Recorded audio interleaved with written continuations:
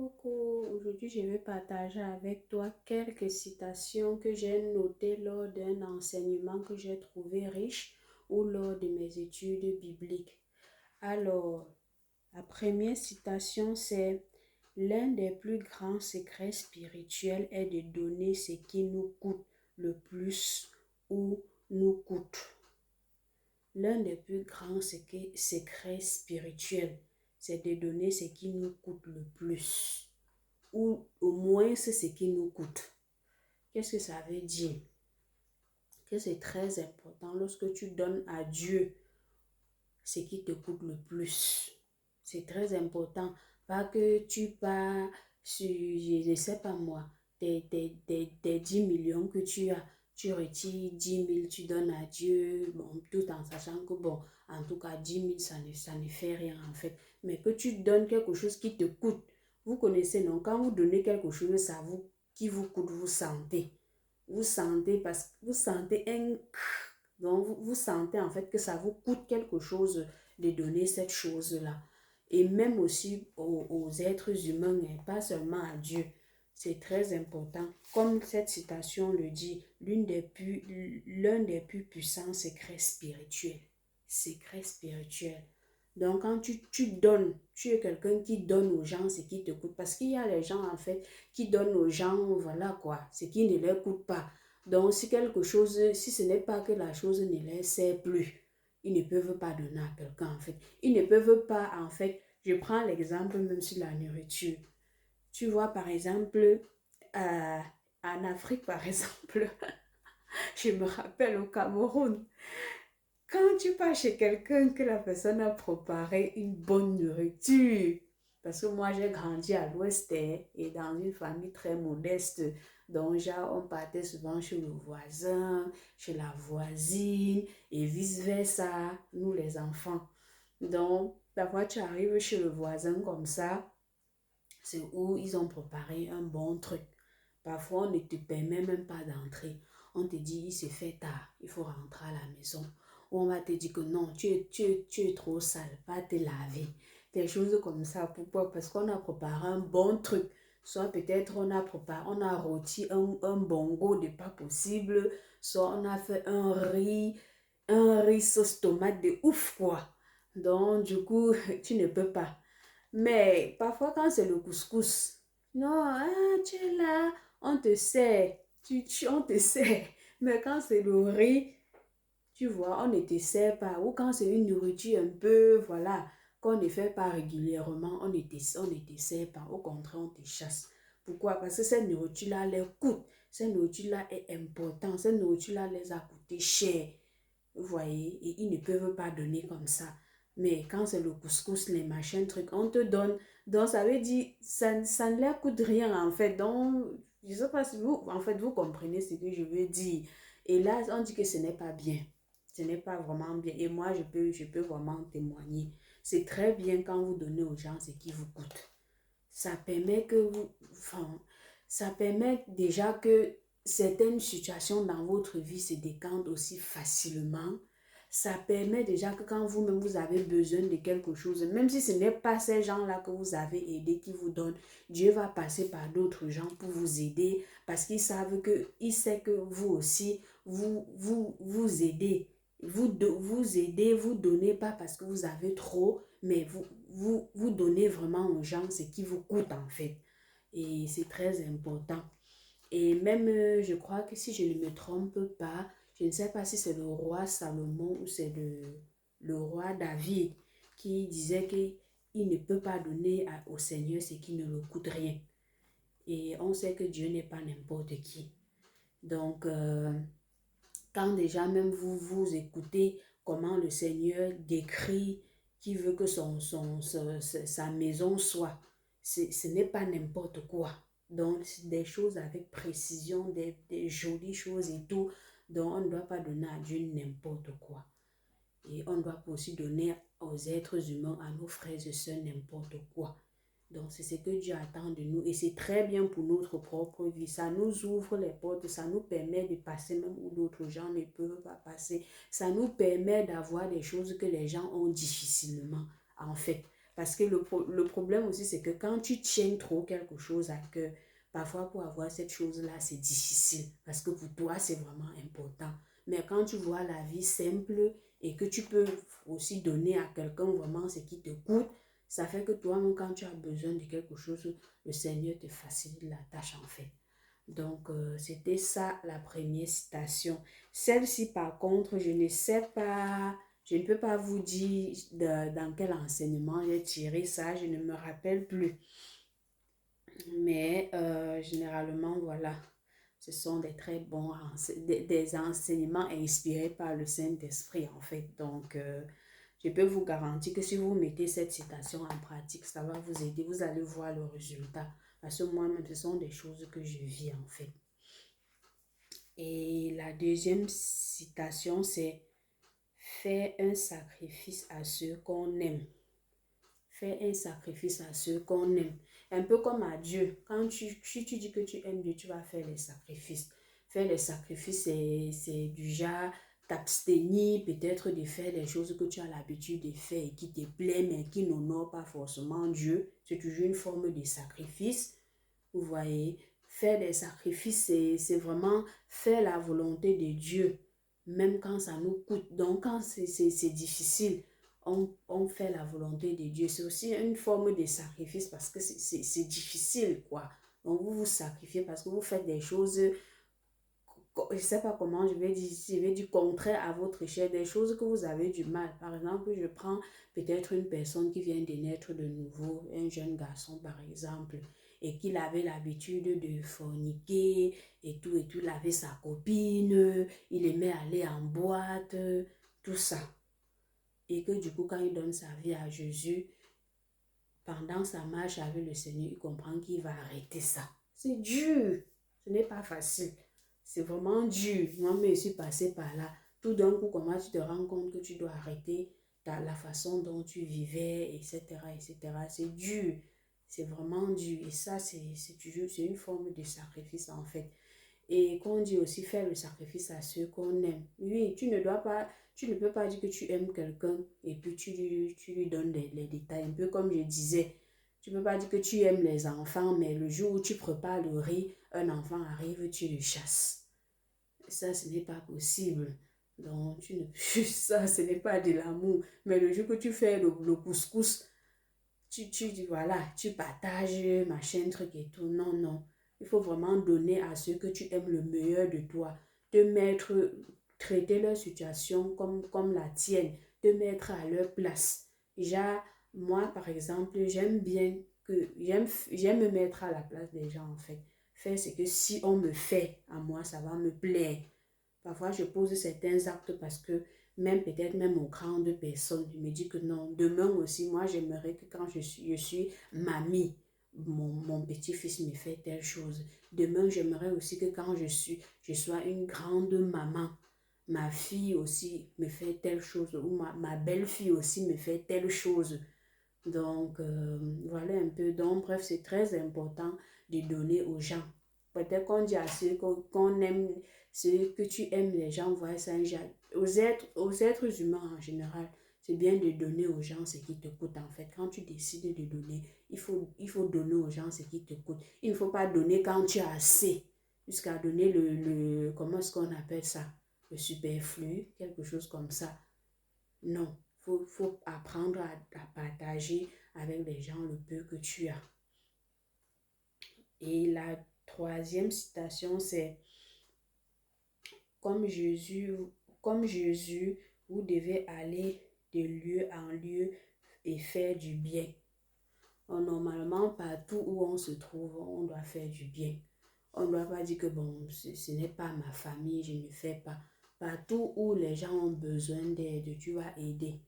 Que ce soit ta famille ou non. Si tu es vraiment chrétien, parce que chrétien, c'est un peu comme les petits Christ, quoi. Le chrétien, c'est ressembler à les disciples de Christ, en fait. Et si tu es vraiment un vrai chrétien, voilà, tu dois faire du bien de lieu en lieu, quoi. Donc, partout où tu passes, si besoin se fait sentir, tu le fais, en fait. tu ne dois pas tenir compte que il n'est pas de ma religion, il n'est pas de ma race, je ne sais pas, il n'y aurait pas de distinction en fait. Il n'y a pas de distinction. Et quand tu es un chrétien sincère déjà, les choses que on dit que voilà, il n'est pas catholique, il n'est pas machin truc, tu ne vois pas ça. Tu vois les gens comme toi en fait. Et tu gères les gens en fonction de Dieu, en fonction de ce que le Saint-Esprit te dit, et non en fonction de ce que certaines, je ne sais pas, je ne sais pas comment je veux dire, je ne sais pas si souvent ça vient vraiment de cette religion-là, ou c'est ce que les gens ont dans leur tête. Mais je sais que quand tu es vraiment touché par le Saint-Esprit, même si tu es dans certaines religions qui poussent un peu à la distinction et tout, le Saint-Esprit va te parler en fait et tu seras différent en fait. Donc, parce que Jésus nous appelle à faire du bien partout. Lui-même, par exemple, il y a Lazare quand il marchait, qui était le connecteur d'impôts. Comme généralement, même en Afrique, on sait, généralement, les gens d'impôts, là, on dit souvent, c'est parfois les frappeurs et tout et tout. Mais il a dit à Lazare qui descend de l'arbre, qui va dîner chez lui. Les gens étaient étonnés. Mais Jésus n'est pas venu pour les justes, comme il le dit. Il est venu pour les pécheurs, pour les malades. Donc, au contraire, c'est plutôt même ces gens-là qu'on va davantage aider afin de leur manifester l'amour. Pour qu'ils comprennent que Dieu est amour. Et ça va faire quelque chose dans leur tête un jour. Et puis, ils vont venir à Christ. Donc, c'est vraiment important de faire du bien partout. Partout. Même où on ne connaît pas que vous êtes chrétien. Déjà, même, il y a des choses qu'ils n'aiment même pas dire. Parce que si tu es vraiment chrétien, tu ne dois pas dire que, bon, ici, puisqu'on ne connaît pas que je suis chrétien, on ne doit pas faire quelque chose. Ça n'a pas de sens, en fait. Moi, tu n'es pas vraiment chrétien, quoi. Donc, c'est un peu ça, faire du bien partout où on se trouve. C'est très important. Et à n'importe qui. C'est très important. Pas parce que ce n'est pas mon frère en Christ, machin, truc et tout. Non, fais vraiment du bien à ceux qui ont besoin, qu'ils soient musulmans, qu'ils soient machin, peu importe. Et 1, 2, 3, 4. La citation suivante, c'est: vous avez un problème, faire confiance à Dieu, attendant, continuez ou faites davantage du bien. Donc, si vous avez un problème, il faut faire confiance en Dieu et en attendant, continuer davantage à faire du bien. Je crois que ça serait un enseignement sur le bien, quoi. Peut-être aimer malgré tout, du pasteur Marcelo, Tunasi, quelque chose comme ça. Ça me dit quelque chose, ces citations-là. C'est pour un enseignement en tout cas. Donc, si vous avez un problème, il faut faire confiance en Dieu et continuer à faire du bien. Parce que justement, il y a certains gens qui ont traversé peut-être une situation où ils ont été déçus et du coup, ils décident de ne plus faire du bien. Que non, telle personne a fait comme ça, c'est bon. Moi, je ne fais plus. En fait, ce n'est pas ça. Il faut faire confiance en Dieu et continuer à faire du bien.